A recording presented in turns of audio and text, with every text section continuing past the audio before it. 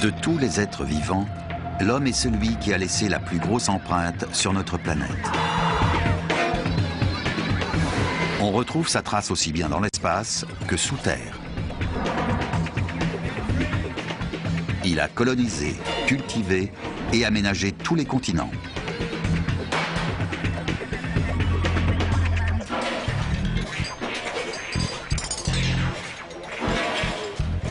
Mais pour prendre la véritable mesure de notre impact sur le globe, il faut imaginer ce qu'il serait sans nous. Si nous devions disparaître, que deviendraient nos autoroutes, nos villes, nos barrages et nos plus grands monuments? Voici l'histoire d'un monde que nous ne connaîtrons jamais. Un monde sans nous.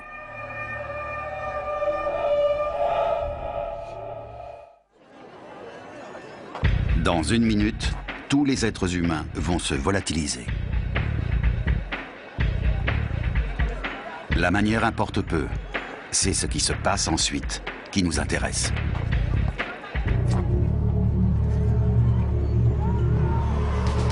Il y a près de 7 milliards de personnes sur Terre, dont la moitié vit dans les villes.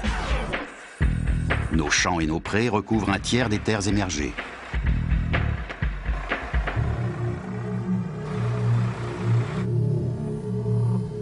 Pour satisfaire nos besoins, nous avons construit des barrages sur la moitié des plus grands fleuves du monde. 500 millions de voitures encombrent nos routes. Nous avons altéré l'air, la mer,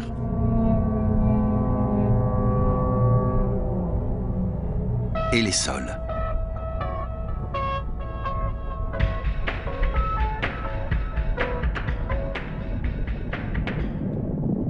Si la race humaine devait s'éteindre, la planète parviendrait-elle à se régénérer et à effacer toute trace de notre présence? Vendredi 13 juin, à Berlin. Il est 13h30.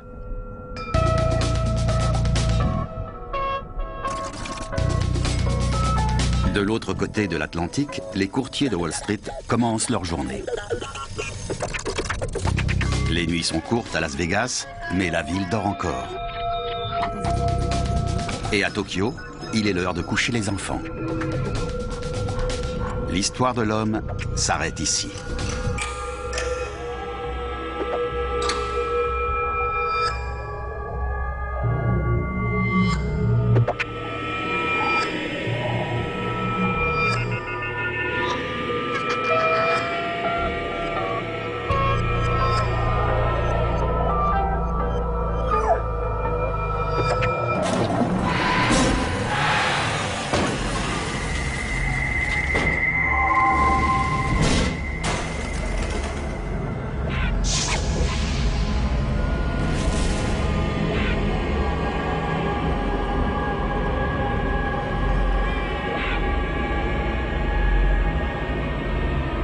À la minute où l'on disparaît, le monde commence à changer.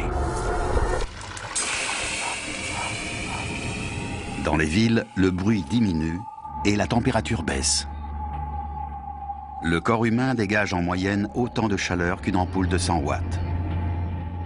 Débarrassé de ses 8 millions d'habitants, New York perd quelques dixièmes de degré.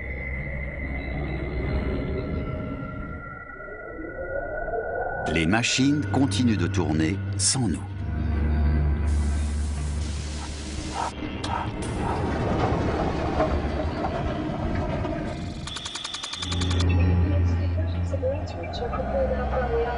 « 60 secondes après notre disparition, des centaines d'avions descendent vers les aéroports. Ils approchent des pistes à plus de 160 km/h. Sans personne aux commandes, chaque atterrissage est un désastre.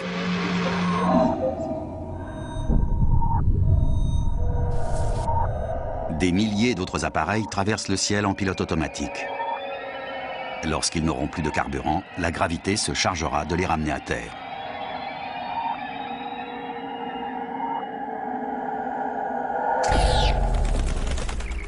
10 minutes après notre disparition.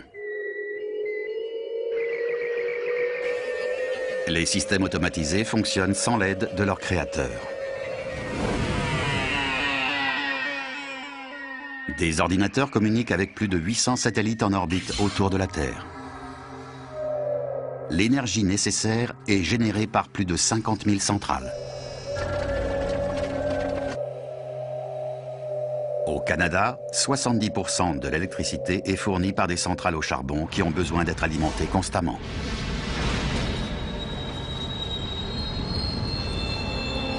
Mais sans l'homme, il n'y a plus d'approvisionnement.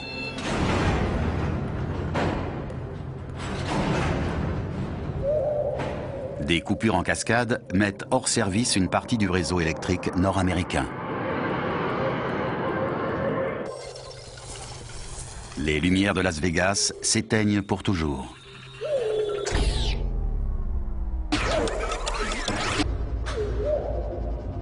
Cela fait maintenant 55 minutes que nous avons disparu. C'est le matin en Pennsylvanie, où l'électricité arrive encore. Alors que la température s'élève, les climatiseurs se font entendre. La consommation d'énergie enfle brusquement. Dans cette région, on utilise des éoliennes en complément des centrales à charbon. Et les hélices n'ont pas besoin de l'homme pour tourner. En revanche, personne n'est là pour réguler la distribution du courant.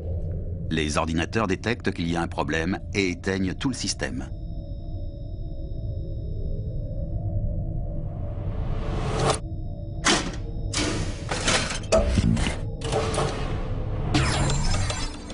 « 85 minutes après notre disparition.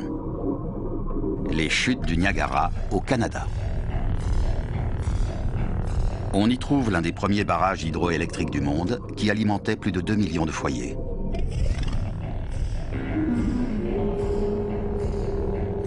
En amont des chutes, l'eau est déviée dans des tunnels qui serpentent sous la ville. Lorsqu'elle arrive au niveau du barrage, elle fait tourner des turbines qui produisent de l'électricité.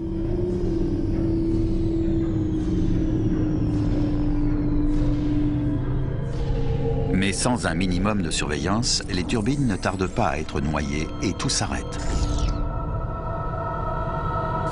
Quelques secondes plus tard, les lumières s'éteignent en Ontario et dans l'État de New York. 96 minutes après notre disparition. Les centrales nucléaires ne sont pas épargnées par les pannes. Les systèmes de sécurité repèrent les défaillances du réseau et coupent les réacteurs.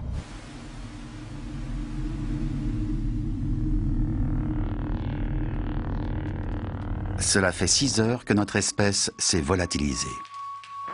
En Europe, le soleil se couche et les dernières centrales rendent l'âme.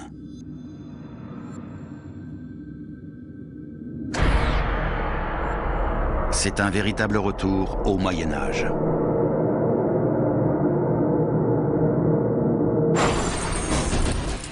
En Amérique du Nord, il fait encore jour et des milliers de moteurs tournent toujours. Chaque litre de carburant brûlé envoie 2,5 kg de dioxyde de carbone dans l'air.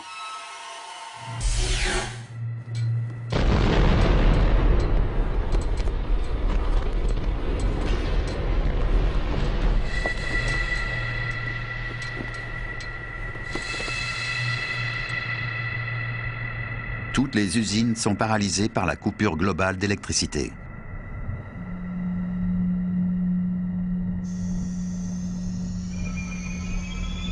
Certains gaz ont besoin d'être refroidis pour être stockés sous forme liquide.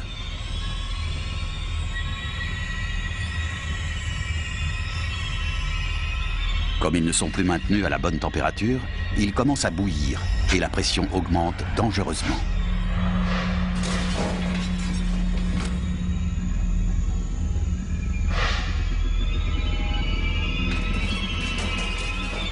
De nombreux réservoirs disposent de soupapes de sûreté pour éviter les explosions.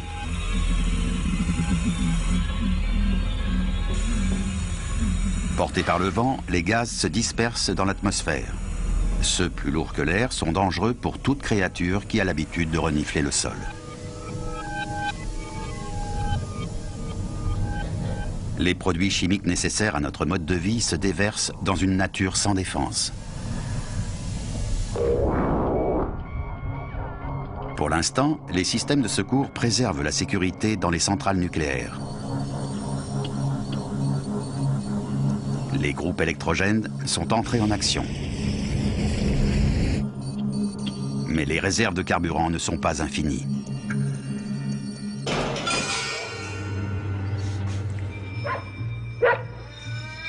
Aux quatre coins du globe, les animaux domestiques commencent à avoir faim.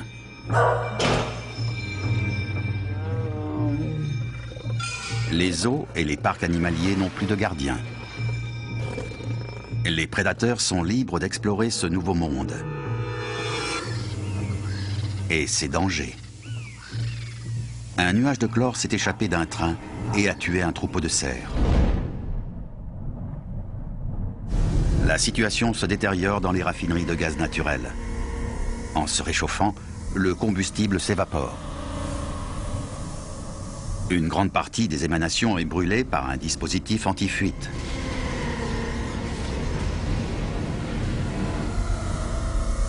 Mais le gaz évacué par les soupapes des réservoirs s'approche dangereusement de moteurs encore en marche.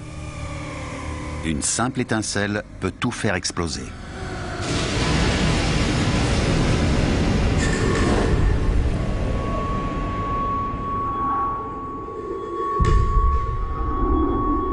Cette usine va brûler pendant des jours, et des centaines d'autres vont connaître le même sort.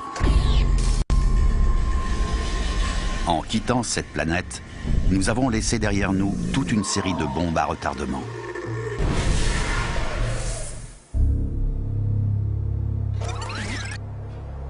L'homme a disparu depuis maintenant 3 jours.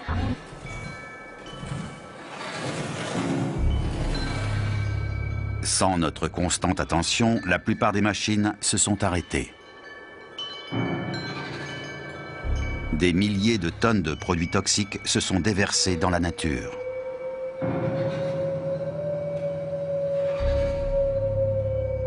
À Londres, l'horloge de Big Ben doit être remontée à la main tous les 3 jours.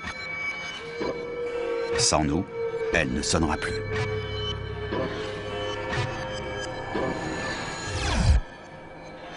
Le temps des hommes s'est interrompu.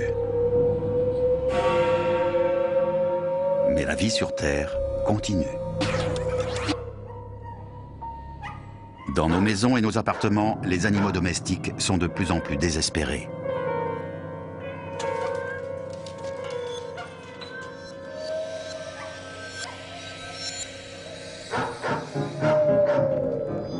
Ils n'ont pas été nourris depuis 3 jours.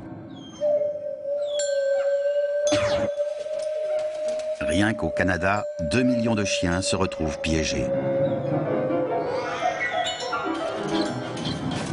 S'ils ne parviennent pas à s'échapper, ils mourront.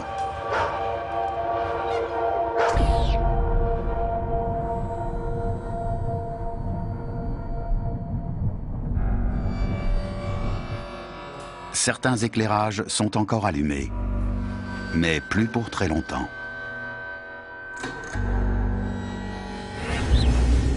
Il y a toujours de la lumière dans les centrales nucléaires.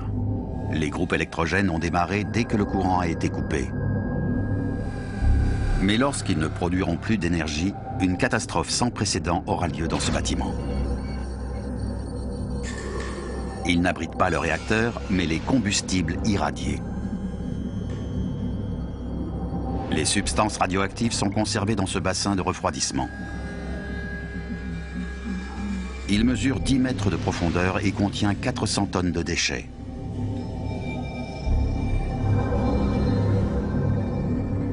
Après la fission, les atomes continuent de se désintégrer et produisent de la chaleur et des radiations. On les enferme dans des tubes en alliage de zirconium.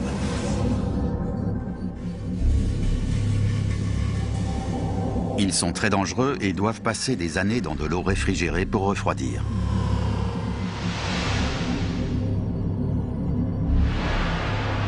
On trouve ce type d'entrepôt disséminé partout en Occident. Le Canada en compte 11 et les États-Unis 75.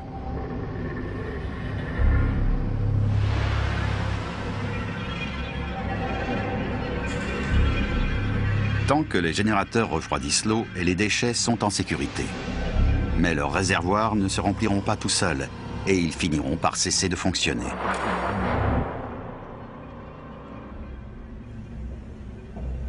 Quatrième jour dans le Nouveau Monde.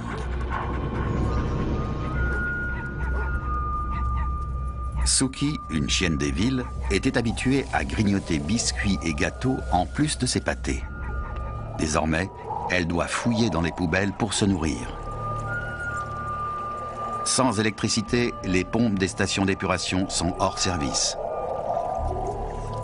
En conséquence, les eaux usées se déversent dans les lacs et les rivières.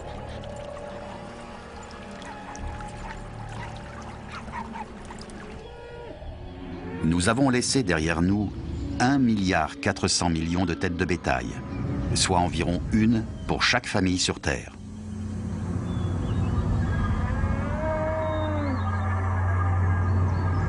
Depuis notre départ, 90 000 animaux d'élevage sont sauvés des abattoirs chaque jour, rien qu'aux États-Unis. Chaque vache laitière a besoin de 45 kg de nourriture et de 95 litres d'eau par jour. Mais les abreuvoirs ne sont plus alimentés. Si elles ne trouvent pas rapidement de l'eau, elles mourront en quelques jours.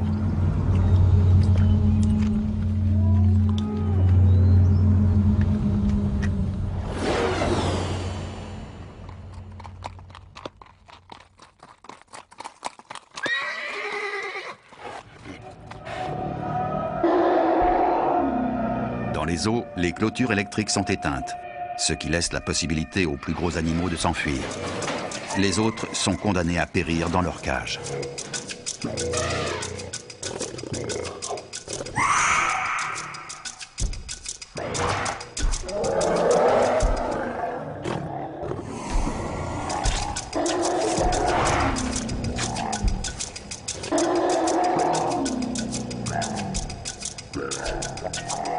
Les éléphants ingurgitent quotidiennement 180 kg de végétaux. Dans cette banlieue résidentielle, cela risque d'être difficile à trouver.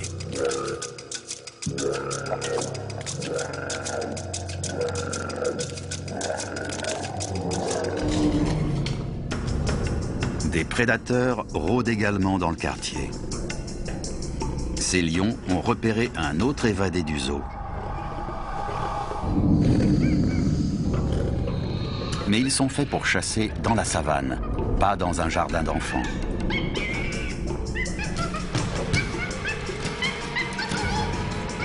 Escalader un toboggan est plus délicat que de grimper dans un arbre.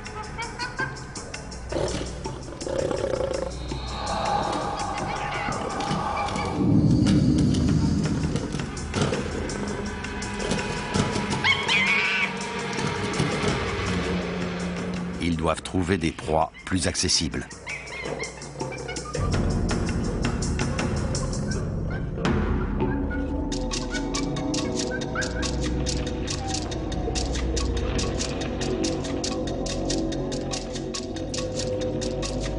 Les chameaux sont bien adaptés à ce monde.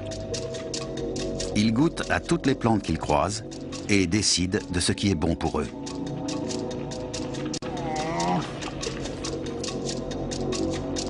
Lorsqu'ils trouvent quelque chose qu'ils aiment, ils le dévorent jusqu'à la dernière feuille.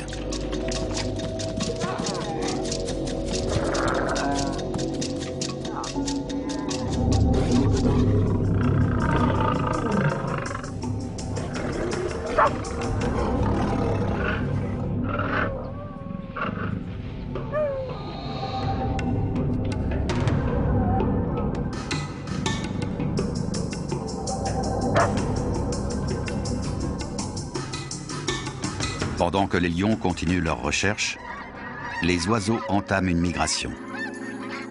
Sans l'homme, ils seront plus nombreux à survivre à ce long voyage. Lorsqu'ils traversent des villes de béton et d'acier comme New York, ils croisent des obstacles mortels. De jour, les gratte-ciel forment un labyrinthe de miroirs.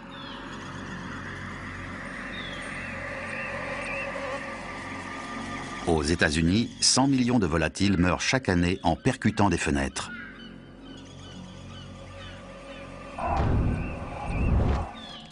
La nuit, ils utilisent les étoiles pour s'orienter.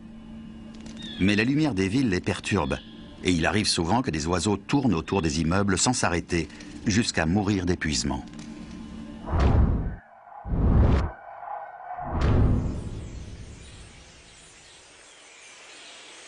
À présent, il est moins risqué de survoler les grandes villes.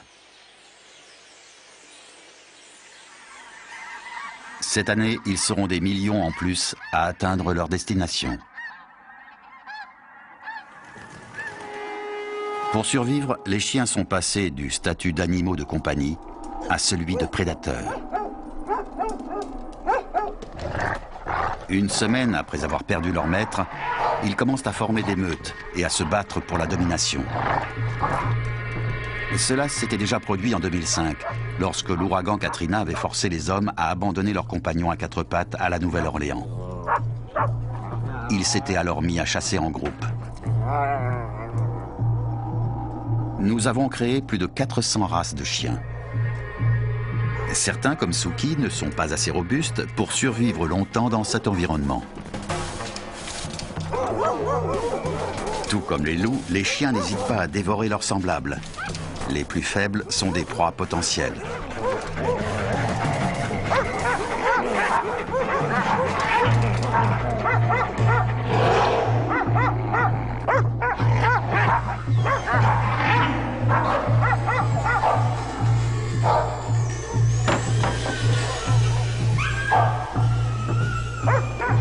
Dans les prochaines semaines, la plupart des petits chiens vont être tués.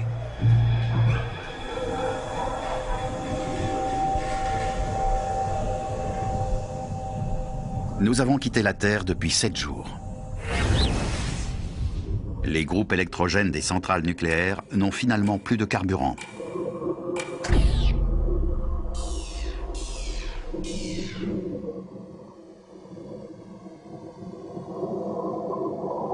L'eau ne circule plus dans le circuit de refroidissement. La température commence à monter. En quelques jours, la totalité du bassin va s'évaporer. Il n'y aura personne pour empêcher le rejet de doses massives de substances radioactives. Les retombées seront plus de 500 fois supérieures à celles d'Hiroshima.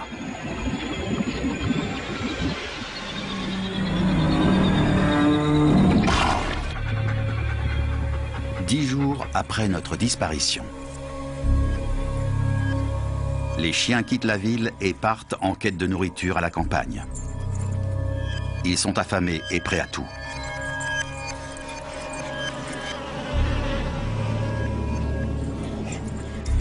Ils découvrent des champs remplis de cadavres. Toutes les vaches laitières sont mortes. Elles n'ont pas survécu sans nous. Les hommes traient des vaches depuis 8000 ans. Ils en ont fait des animaux dociles et dépendants.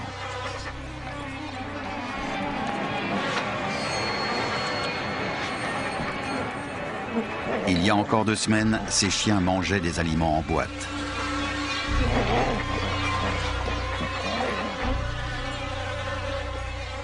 Tous les bovins n'ont pas connu le même sort.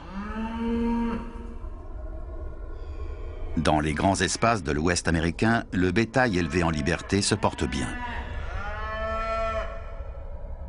Mais un grand nombre d'animaux domestiques sont piégés dans des bâtiments.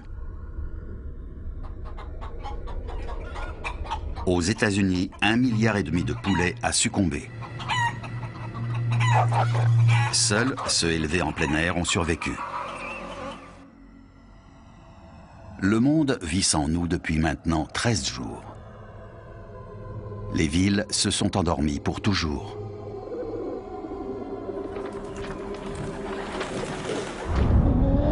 Les animaux que nous avions mis en cage ont retrouvé leur liberté, mais ils doivent se battre pour leur survie. Et les prédateurs ne sont pas le seul danger. Nous avons laissé derrière nous un cadeau empoisonné. Depuis 4 jours, de la vapeur s'échappe du bâtiment contenant les combustibles irradiés. Les générateurs de secours ne refroidissent plus les déchets.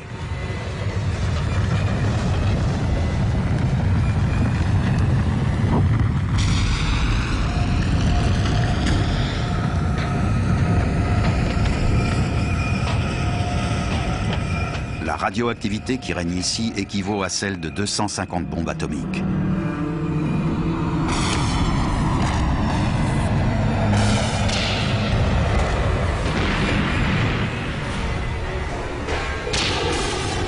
Une catastrophe nucléaire est en marche et personne ne pourra l'arrêter.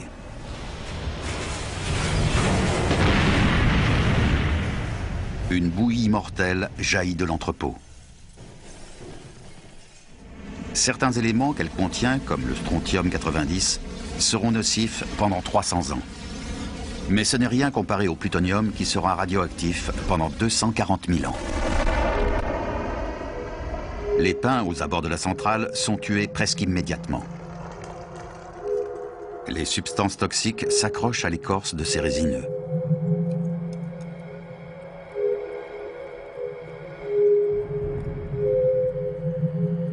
La chlorophylle, qui leur donne leur couleur verte, est altérée et devient rouge.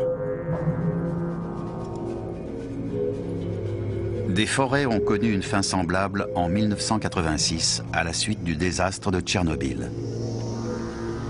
À l'époque, une zone de 129 000 km² avait été contaminée, soit une superficie proche de celle de l'Angleterre.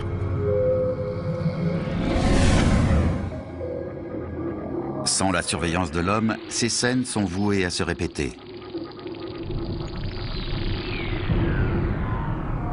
L'État de l'Illinois compte à lui seul 6 centrales nucléaires. Un nuage radioactif envahit les rues de Chicago, la ville où a eu lieu la première réaction en chaîne de l'histoire. Le feu se déclare dans la majorité des 30 centrales situées à l'est des États-Unis. Chacune d'elles peut provoquer l'équivalent de 20 Tchernobyl.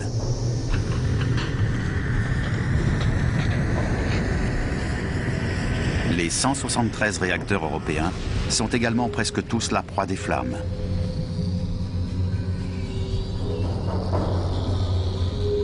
Portés par le vent, les radiations sont un poison invisible qui se disperse sur des milliers de kilomètres carrés.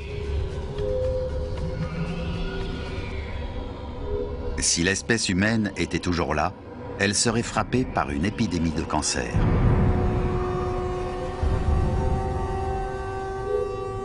En quelques semaines, des panaches géants de fumée radioactive se propagent dans tout l'hémisphère nord. Les pluies lavent le ciel de ces particules irradiées et en concentrent les effets. Les grands mammifères fuient les zones où la végétation dépérit.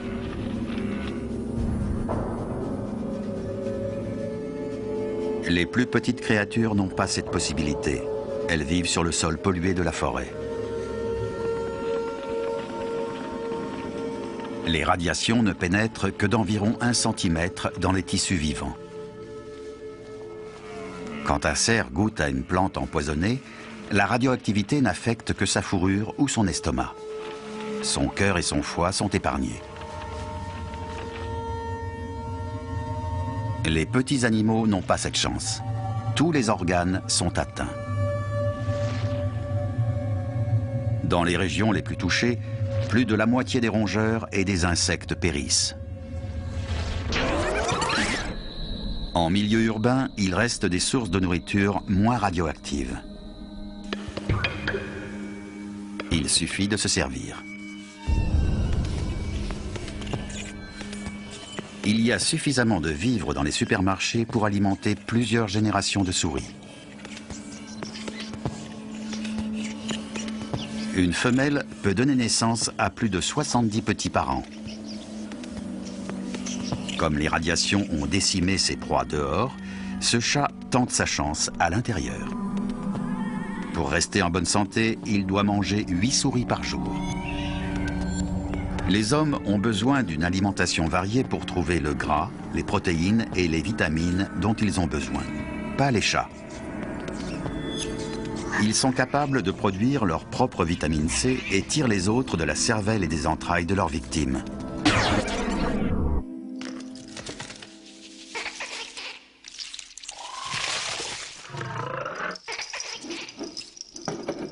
Partout sur la planète, les animaux envahissent le monde des hommes pour trouver de quoi manger. Nos provisions vont les aider à survivre.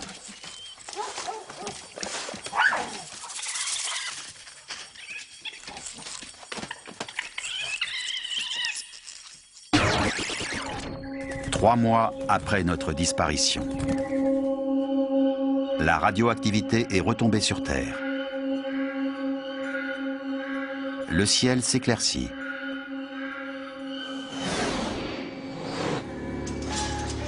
L'activité humaine produit de grandes quantités de poussière. Cette poussière entraîne la formation de gouttes d'eau dans les nuages. Sans notre pollution, il tombe moins de pluie.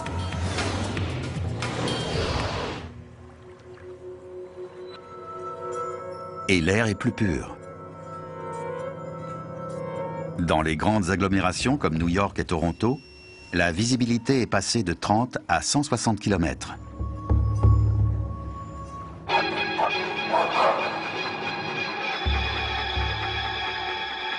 Les chiens continuent de fouiller la campagne pour se remplir l'estomac. Mais la plupart ne sont pas de très bons chasseurs. Affamés, ils sont prêts à se jeter sur tout ce qui bouge.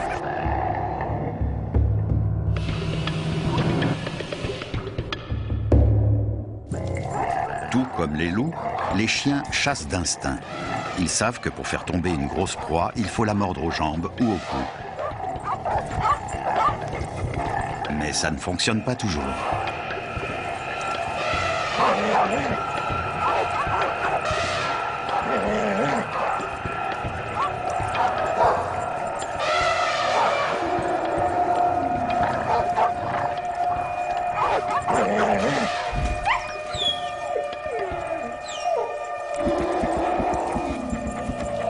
Maintenant que nous sommes partis, les éléphants n'ont plus de prédateurs à craindre. En seulement 4 mois, les animaux de compagnie et les occupants des eaux ont dû affronter la faim et la radioactivité. Et désormais, une autre difficulté les attend, l'hiver. Cela fait 6 mois que l'espèce humaine n'est plus sur Terre. Nous entrons dans ce que nous appelions le mois de décembre. Les animaux qui vivaient à nos côtés se sont adaptés ou sont morts. Les survivants ne sont toutefois pas au bout de leur peine, car dans l'hémisphère nord, le froid arrive. On pourrait penser que les cafards n'ont pas besoin de nous pour s'en sortir. Mais ils n'ont proliféré dans l'hémisphère nord qu'avec le développement du chauffage central. Sans électricité ni combustible dans les chaudières, des millions de blattes mourront avant Noël. Pour d'autres espèces, notre absence n'est pas un problème, mais une chance. Les ratons laveurs et les écureuils savent déjà comment survivre au froid. Ils dorment en attendant les beaux jours. Et cette année, ils auront l'embarras du choix pour trouver un abri. Les habitations humaines sont plus sèches et plus sûres que leurs tanières habituelles. Ces écureuils ont l'habitude de vivre en hauteur. Ils montent donc à l'étage. Les moufettes, elles, préfèrent le rez-de-chaussée. Les animaux hibernants se passent très bien de chauffage. Leur température corporelle peut descendre pratiquement jusqu'à 0. Ils ont hérité cette technique de survie de leurs lointains ancêtres.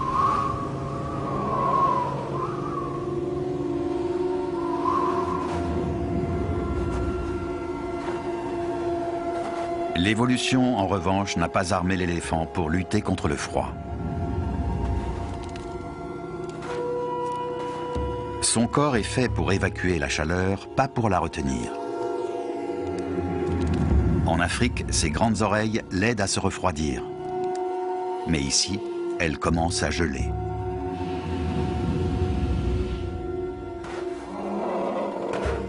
S'il ne veut pas mourir de froid, il doit partir vers le sud.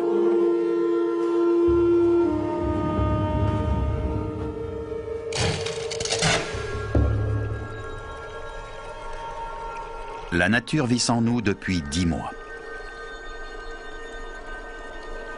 Notre planète va connaître un printemps sans précédent.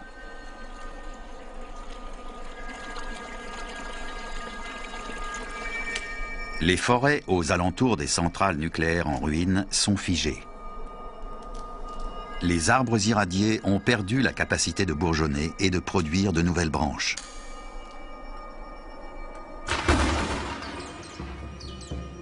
Loin des centrales, le printemps répare une partie des dégâts que nous avons causés.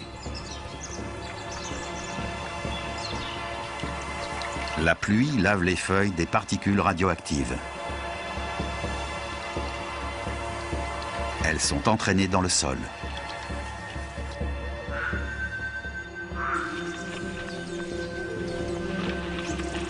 Des menaces importantes qui pesaient sur la faune ont disparu. Les voitures ont cessé de circuler et il n'y a plus de chasseurs. Le nombre d'animaux explose. Ils occupent les espaces laissés vides par l'homme.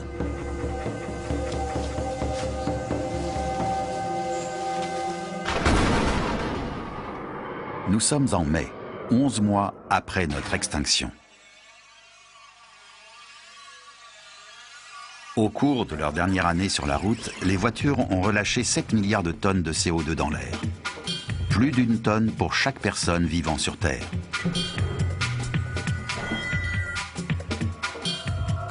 La moitié de l'impact humain sur le réchauffement climatique proviendrait de ce gaz à effet de serre.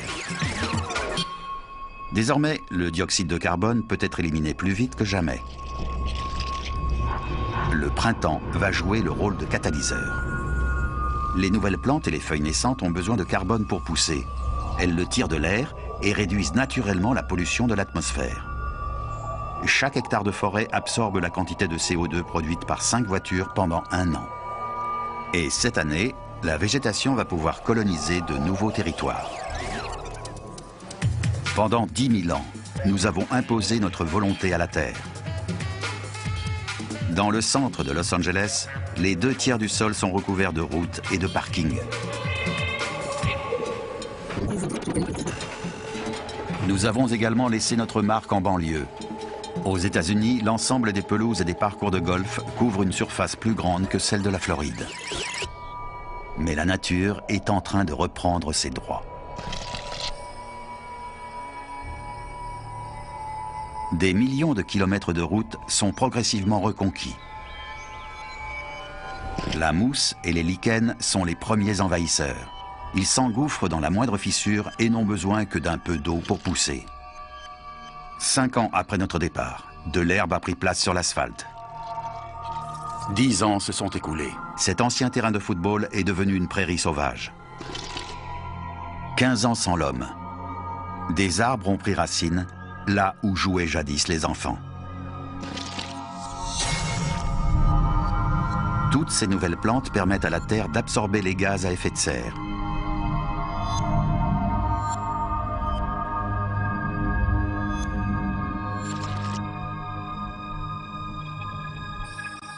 Année après année, la verdure gagne du terrain.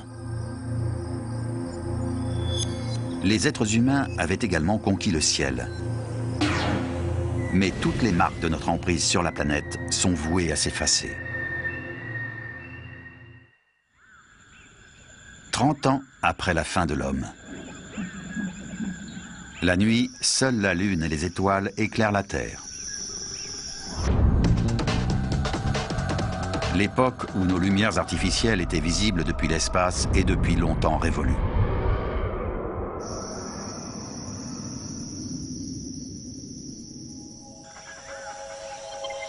Depuis quelques mois, d'étranges étoiles filantes illuminent le ciel.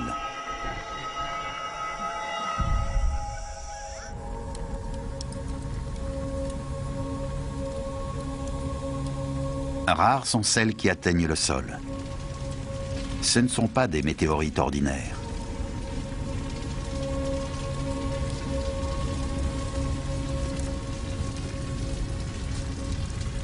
Il s'agit de survivants de la conquête spatiale. Plus de 25 000 objets sont en orbite autour de la Terre.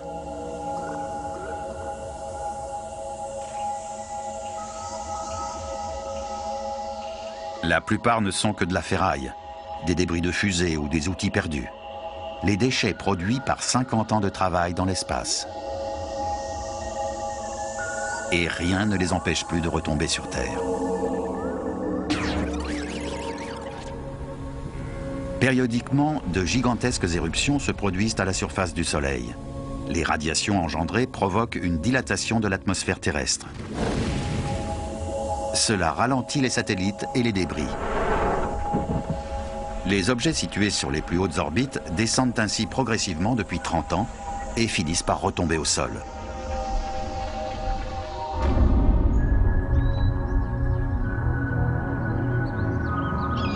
Le monde a bien changé depuis qu'ils ont été envoyés dans l'espace.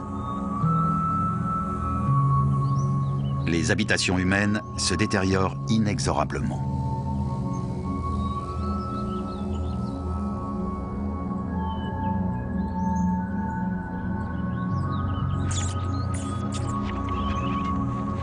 Depuis 30 ans, des animaux usent les murs et les toits.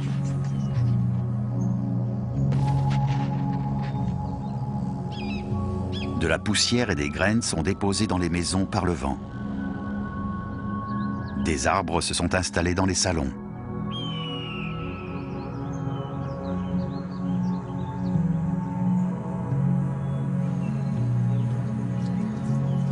Il pleut à l'intérieur des pièces.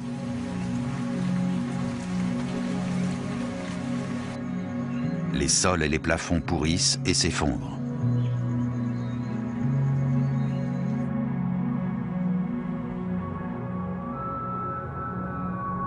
Dans les écoles, on apprenait aux enfants que notre espèce était capable de changer le monde.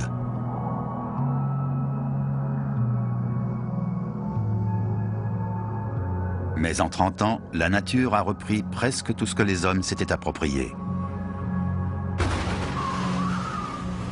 Ces changements sont le plus visibles le long des côtes. Nous avons bâti nombre de nos villes près de la mer. À présent, les ouragans mettent à mal nos bâtiments. Villas et pavillons sont rayés de la carte, de Miami à Halifax. Les océans sont toujours sous l'effet du réchauffement climatique.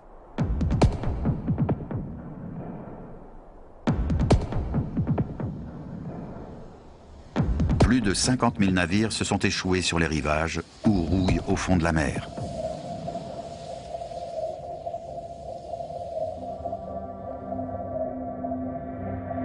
Ces épaves attirent des requins et toute une faune aquatique. Elles offrent aux poissons de nouveaux abris où vivre et se reproduire. Il nous aura fallu 10 000 ans pour soumettre la planète à notre volonté.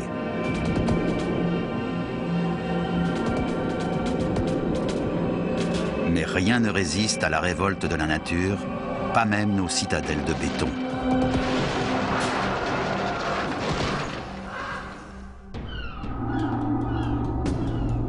Voilà 30 ans que l'homme n'est plus. Le bruit infernal des voitures et des avions ne se fera plus jamais entendre.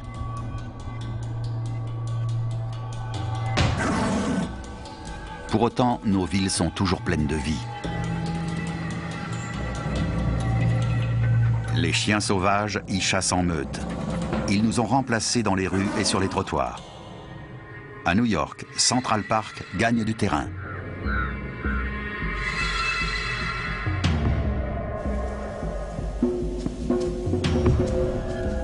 De la terre et des graines sont soufflées à travers la ville. Les plantes s'enracinent un peu partout.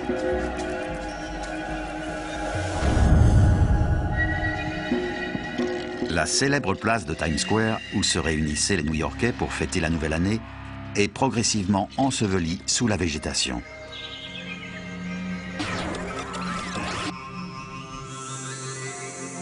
La nature reprend les villes une à une. À Londres, des jeunes arbres ont pris possession de Trafalgar Square. À Berlin, une forêt entoure la porte de Brandebourg, qui marquait autrefois la division de la ville entre l'Allemagne de l'Est et l'Allemagne de l'Ouest. Les vitres des immeubles tombent dans les rues désertes.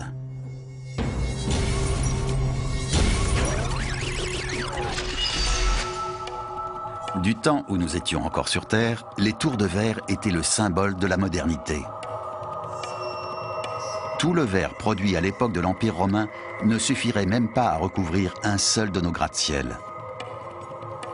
Sur ces bâtiments, les vitres sont généralement tenues par des fixations en métal.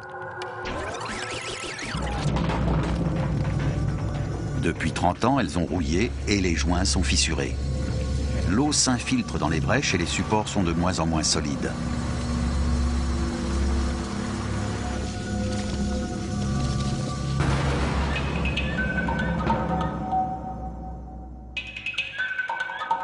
Auparavant, les villes n'étaient pas des terrains de chasse alléchants, mais aujourd'hui, elles regorgent de proies.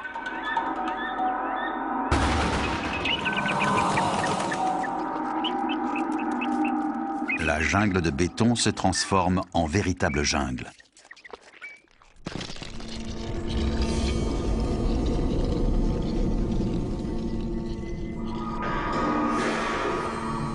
Toutes les preuves de l'existence de l'homme se désagrègent petit à petit. Après des années sans entretien, la peinture des objets s'écaille. Le métal est à la merci des éléments et de la corrosion.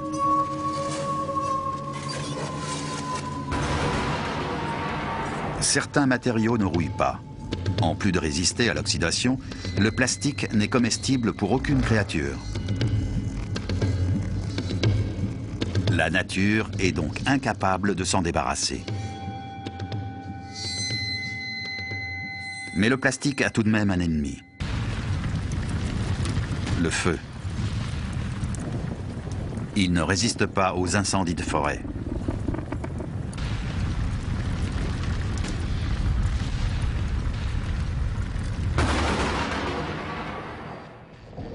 Le béton finit lui aussi par céder aux assauts du temps.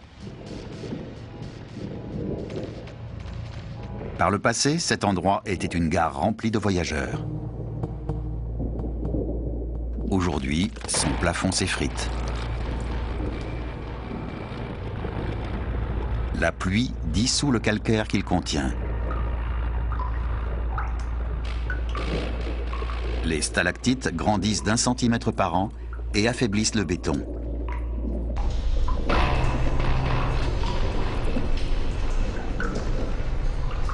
Cette destruction est accélérée par l'héritage que nous avons laissé.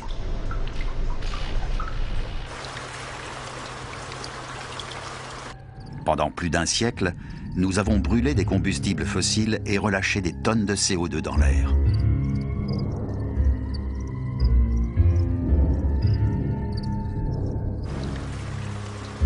En retombant par terre, ils se mélangent à l'eau de pluie et forment de l'acide carbonique qui ronge le béton partout dans le monde.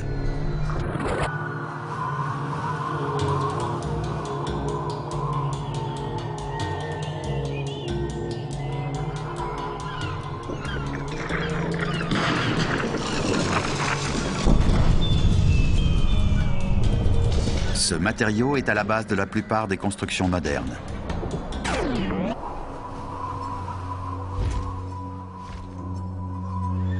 Toutes les villes du globe connaissent le même sort, une lente décomposition.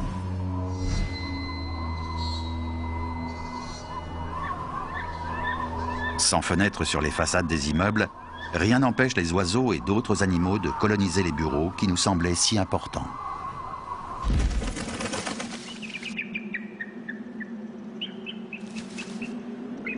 Mais ils ne sont pas conçus pour être ouverts aux 4 vents.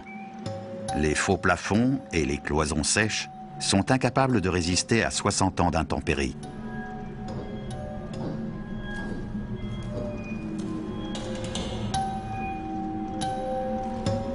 Tout est délabré.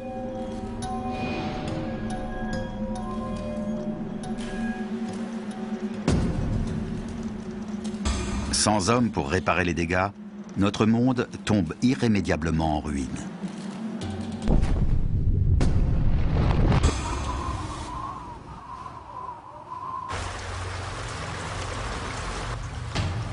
Une ville comme Paris reçoit jusqu'à 63 cm de pluie par an.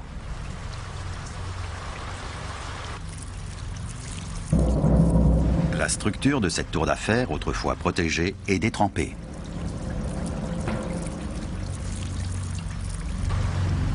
Les fissures se forment lorsque le dioxyde de carbone pénètre dans le béton.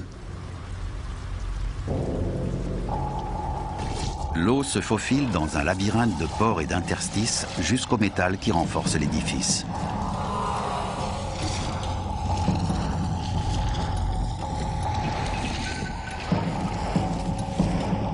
Ces armatures, normalement isolées du monde extérieur, sont à présent rongées par le CO2. Sous l'effet de la rouille, elles peuvent gonfler jusqu'à atteindre 10 fois leur taille d'origine. Les fissures se propagent jusqu'en surface. À la manière d'un cancer, elles attaquent l'ouvrage de l'intérieur. Partout dans le monde, le béton souffre du même mal.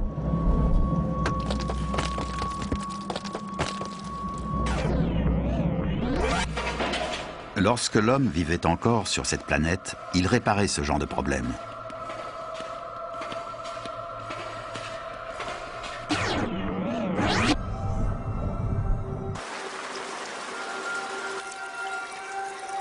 Sans lui, il ne reste personne pour freiner l'usure du temps.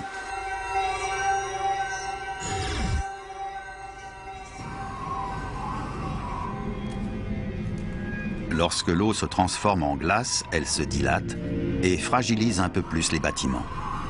Saison après saison, le gel et le dégel élargissent les brèches. Après un siècle d'érosion, le béton est devenu trop faible pour soutenir son propre poids.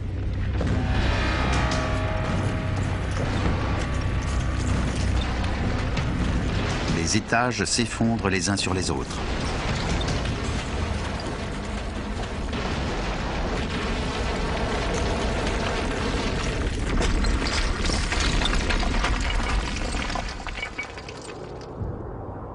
Nos villes, où palpitait la vie moderne, ne sont plus qu'un souvenir. Petit à petit, la planète efface les traces de notre passage. Il est loin le temps où nous pensions pouvoir canaliser l'énergie de la nature.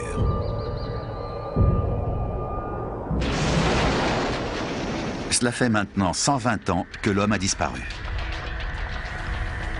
De nombreux gratte-ciels ne sont plus que des tas de gravats. Les intempéries ont eu raison des murs de béton.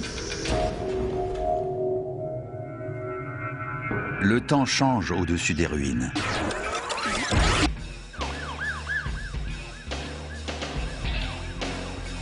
À l'époque de notre règne sur Terre, le bitume absorbait 95% du rayonnement solaire. Dans les villes, il faisait jusqu'à 10 degrés de plus qu'à la campagne. Maintenant que le goudron a cédé sa place à l'herbe et aux arbres, la température a chuté.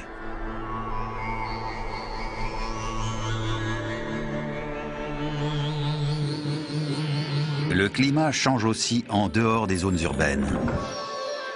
Le réchauffement de la planète s'est enfin arrêté, grâce aux océans. Depuis plus d'un siècle, les vagues captent le CO2 de l'air.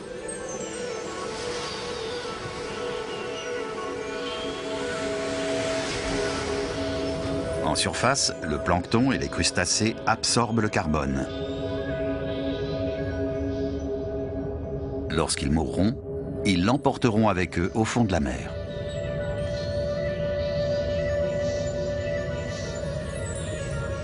« 120 ans après l'arrêt des dernières voitures, l'atmosphère est débarrassée de la plupart des gaz d'échappement.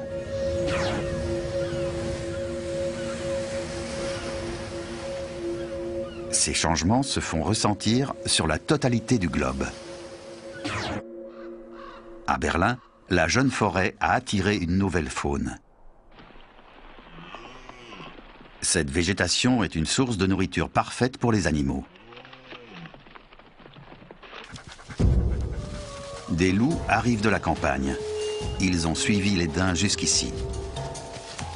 En Allemagne, les loups avaient été décimés par les hommes depuis bien longtemps. Ceux-ci viennent de Pologne.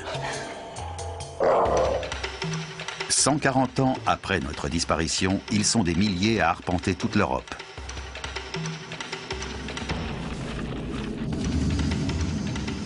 Pour survivre, ils doivent manger tous les 2 ou 3 jours.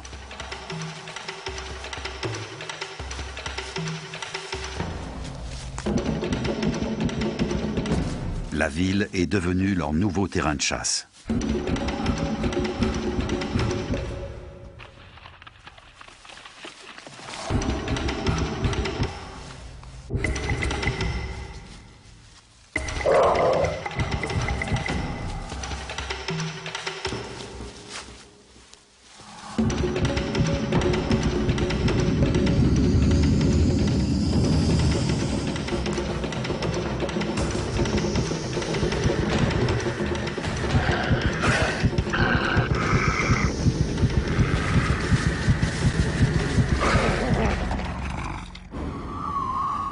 « 150 ans après notre disparition.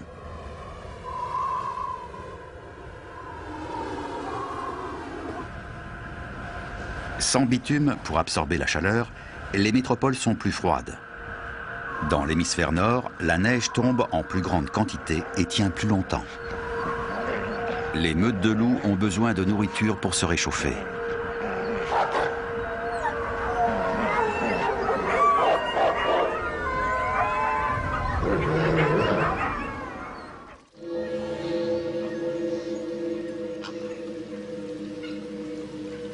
Nous avons dévié la majorité des plus grands fleuves sur Terre.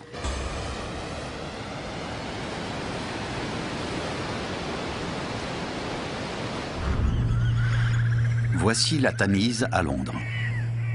L'homme tentait déjà de la dompter il y a plus de 1000 ans. Les fortes marées et les orages menaçaient régulièrement de faire déborder le fleuve.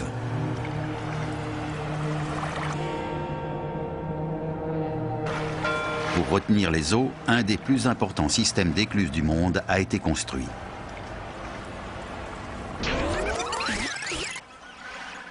Mais aujourd'hui, le cours de la Tamise n'est plus régulé. Les marées ont poussé des bateaux contre les ponts, créant des barrages. Pour les contourner, le fleuve déborde sur les berges.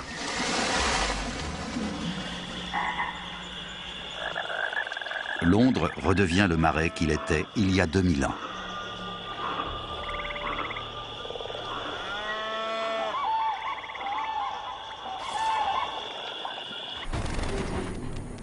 De l'autre côté du monde, le problème est la sécheresse. Voici Imperial Valley, au sud de la Californie. Chaque hiver, cette région produisait la moitié des fruits et légumes consommés en Amérique. Après 150 jours d'ensoleillement, certaines variétés étaient récoltées 4 fois par an. Mais il ne tombe que 7,5 de pluie de janvier à décembre. L'air sec préserve les bâtiments, mais il est catastrophique pour les cultures.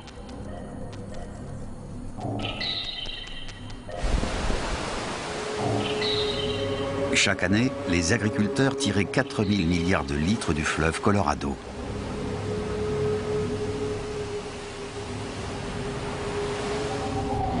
Suffisamment pour couvrir chaque champ de 2 mètres d'eau.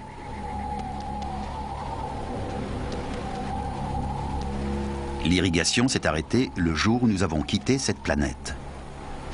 Et les terres fertiles de Californie sont devenues arides. À 500 km de là se trouve une autre ancienne oasis artificielle, Las Vegas.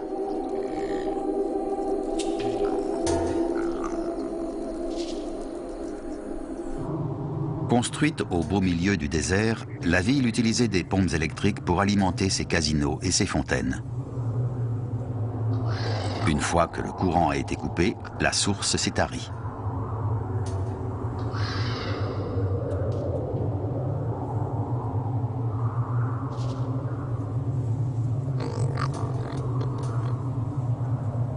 La nature a repris Las Vegas, mais n'a pas réussi à effacer toutes nos traces. Voici le fleuve Colorado. Il n'a pas beaucoup changé depuis notre départ, il y a 150 ans. Avant l'époque moderne, il était plus profond et plus puissant. C'est à lui que l'on doit le Grand Canyon.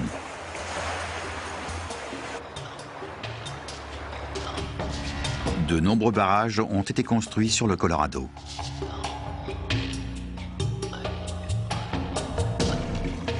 Le fleuve n'est plus qu'un ruisseau lorsqu'il se jette dans l'océan au Mexique. Sa force est emprisonnée dans les réservoirs que nous avons bâtis.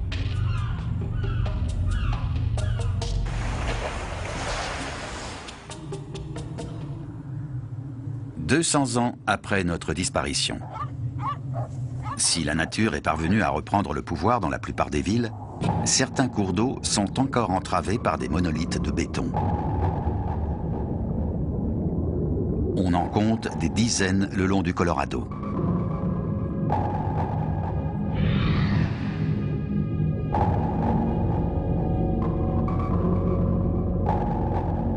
Le plus grand d'entre eux est le barrage Hoover. Aussi haut qu'un immeuble de 70 étages, ses fondations sont larges comme 2 terrains de football.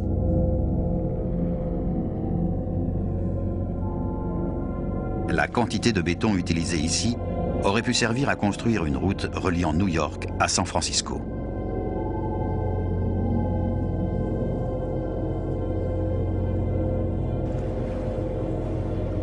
Le barrage a créé un réservoir gigantesque, le lac Mead.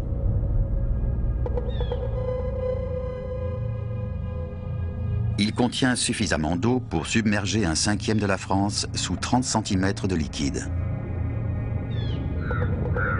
Ce monument à la gloire de l'ingéniosité humaine est solide comme le roc. Pourtant, il est en danger.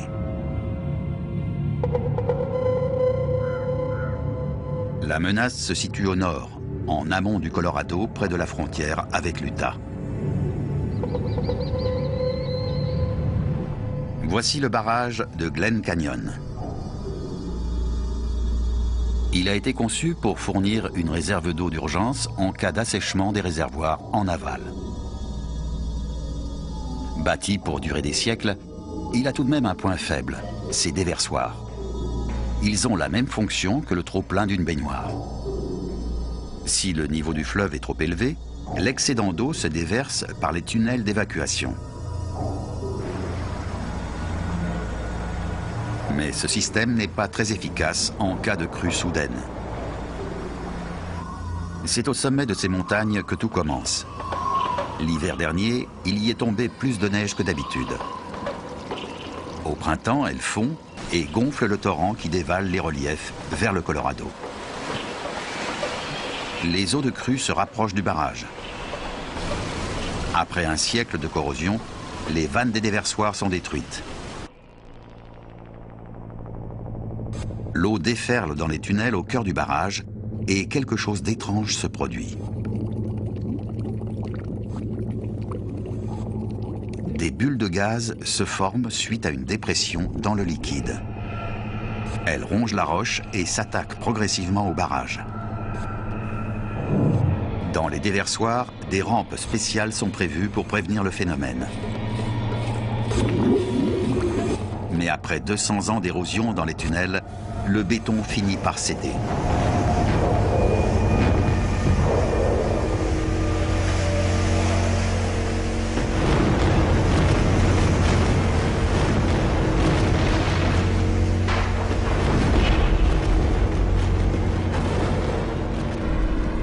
« 17 milliards de mètres cubes foncent en aval. La vague mesure 16 mètres de haut. Elle se dirige tout droit sur le barrage Hoover. Cet ouvrage est capable de supporter 219 tonnes de pression par mètre carré. Mais ses concepteurs n'avaient pas prévu ça.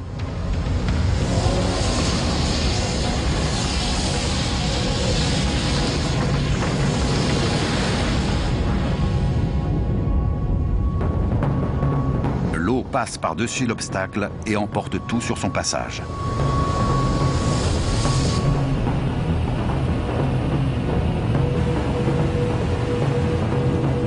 Elle file vers le sud à 40 km/h, perforant des dizaines d'autres barrages.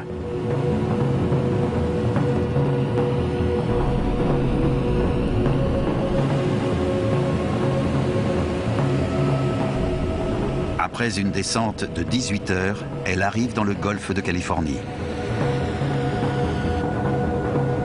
Pour la première fois depuis 200 ans, c'est un fleuve qui se jette dans la mer, pas un ruisseau. La libération du Colorado transforme toute une partie de l'Amérique du Nord.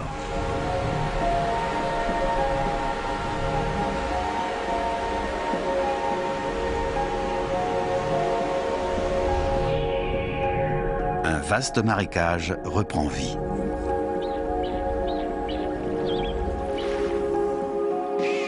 Des centaines d'espèces se réapproprient les lieux.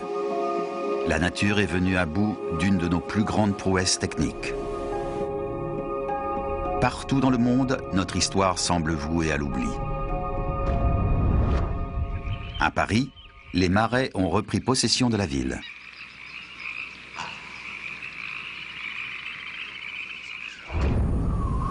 En Californie, les champs irrigués sont retournés à l'état de désert. Et l'île de Manhattan est à nouveau une forêt. Ce n'était plus arrivé depuis que les colons hollandais y avaient posé le pied.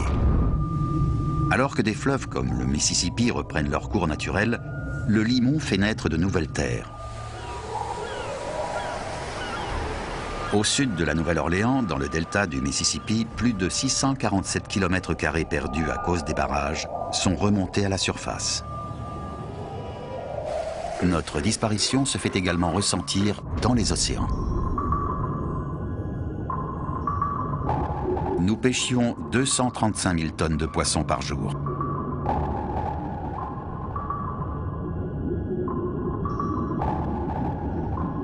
Sans chalutiers pour les attraper, ils vivent plus longtemps et deviennent plus gros.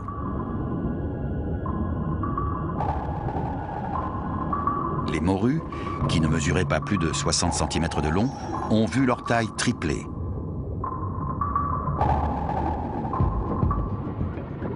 D'autres créatures profitent de notre absence. « 200 ans sans hommes ont fait un bien fou aux baleines. Nous les avons longtemps fait souffrir. Avant le développement de l'industrie pétrolière, elles étaient une source majeure de combustible pour les lampes et les machines. Lorsque nous avons commencé à tirer le pétrole du sol, la chasse à la baleine a fortement décliné. Mais un autre problème est apparu. Les paquebots. Lors de nos 50 dernières années sur Terre, le nombre de navires a doublé. Sous l'eau, le bruit des moteurs s'entendait à des milliers de kilomètres.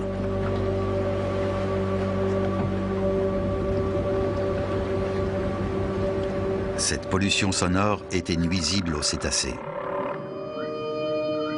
Le ronflement des machines couvrait les champs, leur permettant de trouver des partenaires.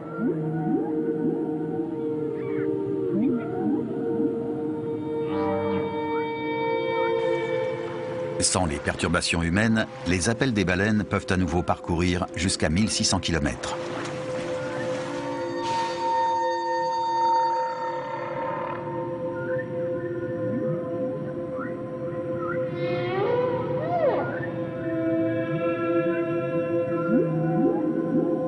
Après 200 ans, notre impact sur la mer est pratiquement réduit à néant.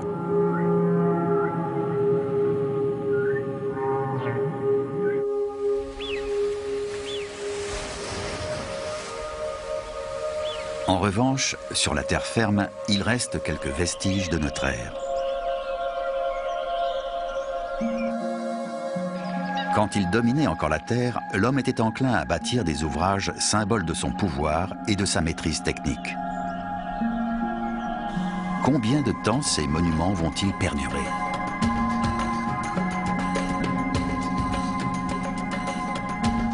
Lequel d'entre eux sera le dernier à tenir debout ?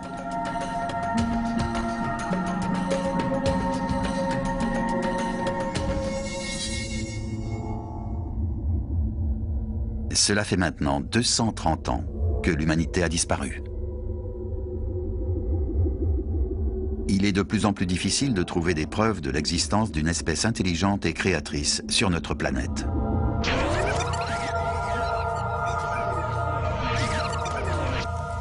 La plupart des villes ont été avalées par la végétation. Cependant, il existe encore quelques traces de notre présence passée.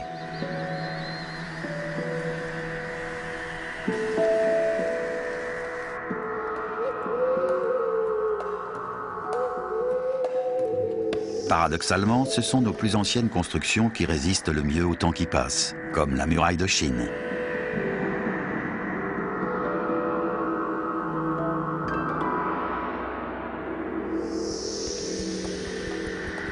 Les Égyptiens ont érigé les pyramides et sculpté le Sphinx il y a plus de 4000 ans.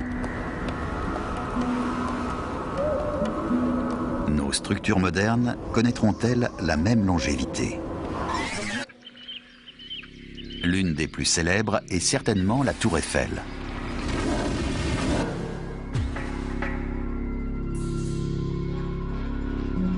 Haute de 324 mètres, elle a été construite en 1889 pour l'Exposition universelle de Paris et devait être démontée 20 ans plus tard.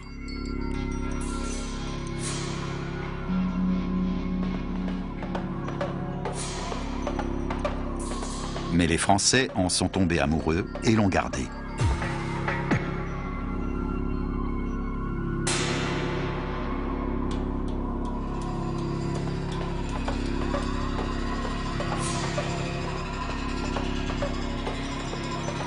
Ce monument du 19e siècle a été dessiné par des bâtisseurs de ponts.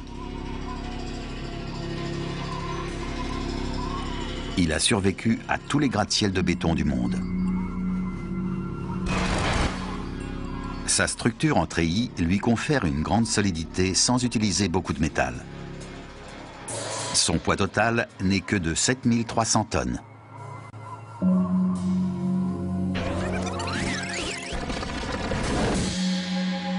À l'époque où l'homme vivait encore ici, la tour Eiffel était recouverte de 60 tonnes de peinture qui isolaient le fer des éléments. Depuis, la pluie a patiemment rongé cette couche protectrice. Le métal est de plus en plus exposé à l'air et à l'eau. La rouille est apparue. Chaque orage accélère le vieillissement de la tour.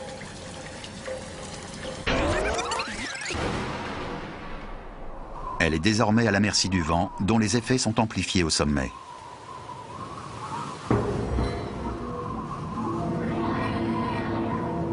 La structure doit normalement se courber avec le vent. Mais la rouille lui a fait perdre sa souplesse et les poutres finissent par atteindre leur point de rupture.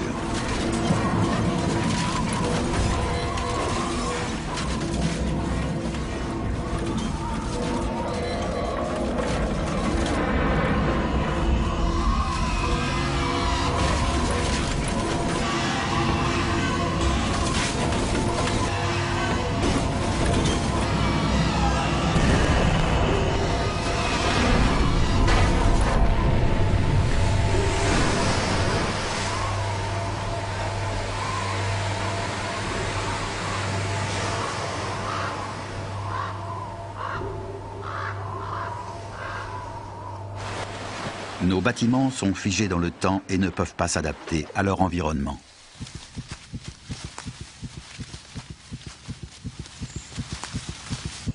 Les espèces, elles, sont capables d'évoluer.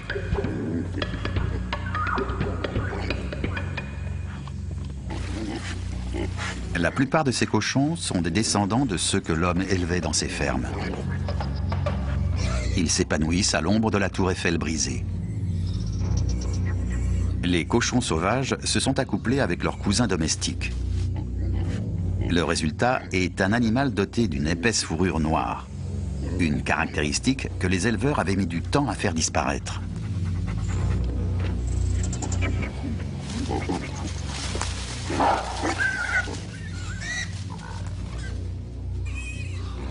Pour survivre dans ce monde, ils ont besoin d'être puissants et robustes.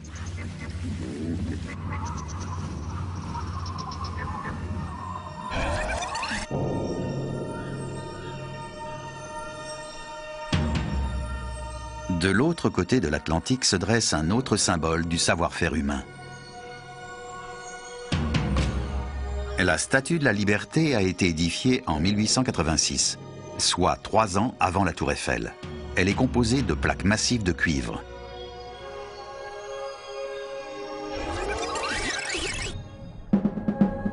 Certaines parties de la sculpture sont dans un meilleur état depuis que nous avons quitté la planète.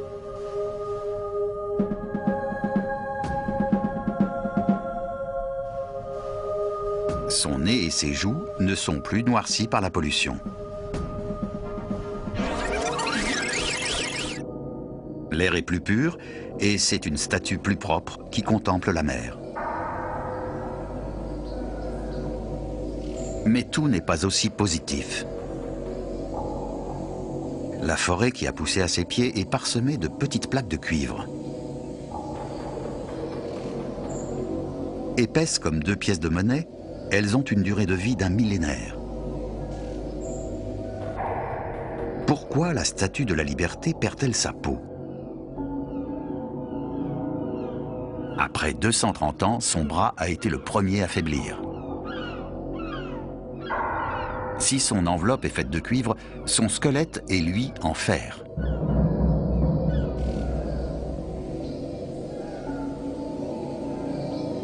Et tout comme les poutres de la Tour Eiffel, cette armature a rouillé. Elle est devenue trop faible pour soutenir le bras et la torche. L'un des éléments caractéristiques de la statue n'est plus visible que de la faune locale. Et le reste de sa structure cédera tôt ou tard.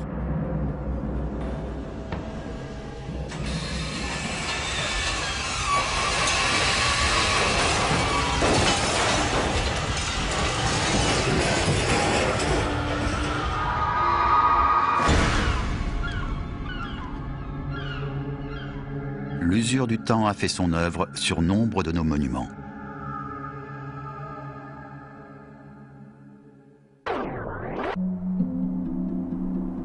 En Amérique du Nord, les signes d'une ancienne présence humaine sont de moins en moins nombreux. La moitié est du continent n'est qu'une immense forêt. Les arbres ont littéralement englouti les villes. En 2 siècles, les feuilles mortes ont formé une couche d'humus d'1 mètre d'épaisseur qui recouvre tout.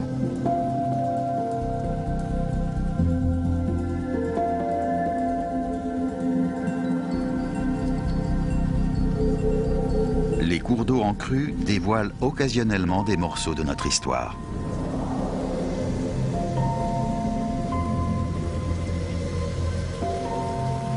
Ceci est tout ce qui reste d'une maison.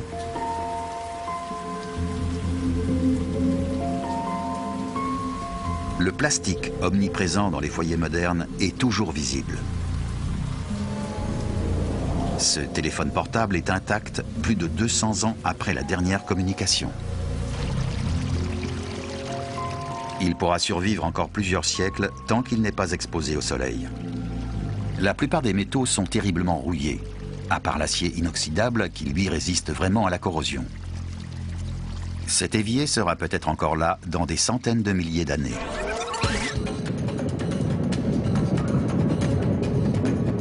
Dans l'Ouest américain, caribous et cerfs gambadent sur des millions d'hectares d'anciennes terres agricoles.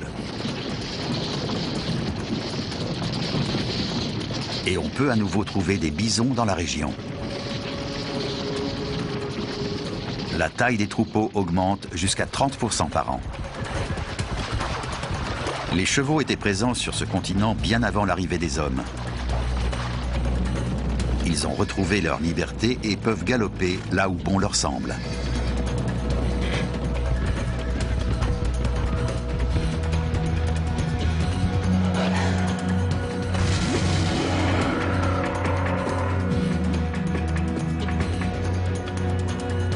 En seulement 2 siècles, l'Amérique du Nord est retournée à l'état sauvage.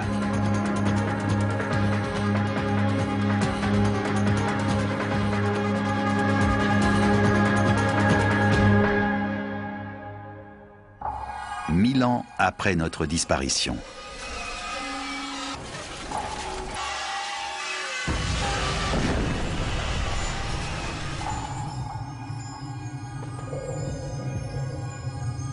À Paris, il ne subsiste pratiquement rien de la Tour Eiffel.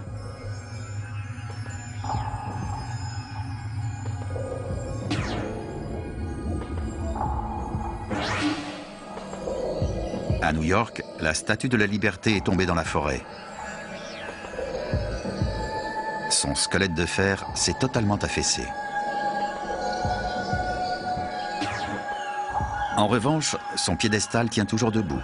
Fait de béton et recouvert de granit, il durera encore quelques millénaires. Mais si on lui donne suffisamment de temps, notre planète se débarrassera de tout ce que l'humanité a laissé derrière elle.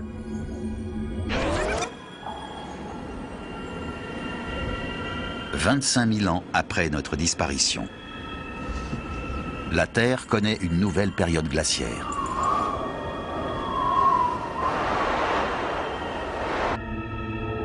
Une modification progressive de son orbite l'a éloignée du Soleil. La neige qui perdure 2 étés de suite est le premier signe de ce refroidissement. Puis s'ensuit une réaction en chaîne. La glace recouvre la plus grande partie de l'hémisphère nord.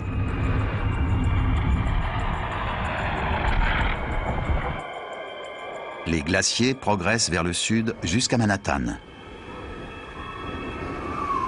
Ils font disparaître les derniers restes de la Statue de la Liberté ainsi que tout vestige de notre civilisation dans la région.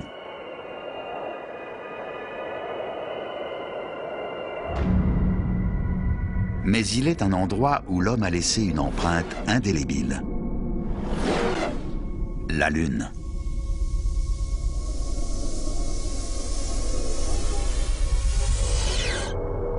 Ici, le paysage évolue bien plus lentement. Des cratères vieux de 4 millions d'années y sont parfaitement conservés. Il en va de même pour certains artefacts. Une voiture lunaire, une caméra. Les derniers reliquats de l'espèce humaine demeureront ici pendant des millions d'années. Mais pas sur Terre.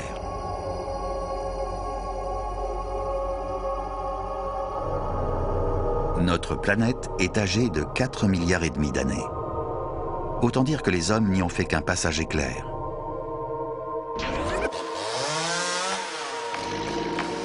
Il nous a fallu 10 000 ans pour abattre la moitié de nos forêts. 500 ans après notre disparition, elles avaient déjà repoussé. Nous avions consommé la moitié de l'eau potable et dompté 2/3 des cours d'eau. Nos barrages ont été emportés en 200 ans.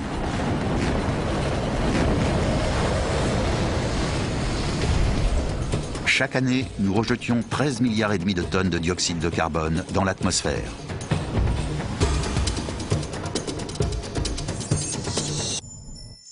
En quelques siècles, les plantes et les océans se sont chargés de purifier l'air et le sol.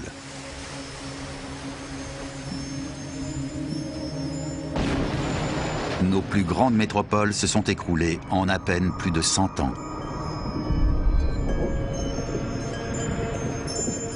Les arbres et les marais n'ont pas tardé à reprendre leurs droits sur le béton et l'asphalte.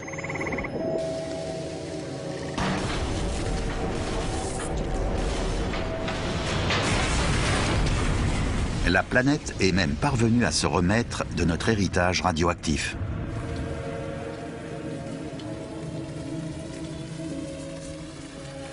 « 25 ans lui auront suffi à tout ensevelir, sauvant ainsi des millions d'animaux d'une mort atroce.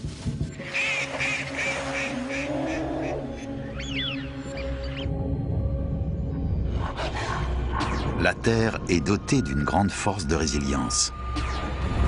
Elle a su remettre sur pied tout ce que nous avions détruit.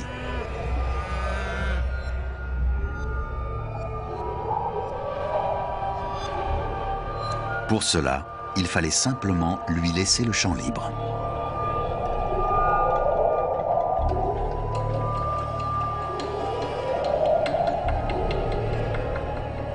Tout ceci n'était que pure invention. Un exercice mettant au jour notre réel impact sur la planète. On peut en tirer la conclusion suivante. Si la Terre peut très bien se passer de nous, nous n'avons aucune chance sans elle.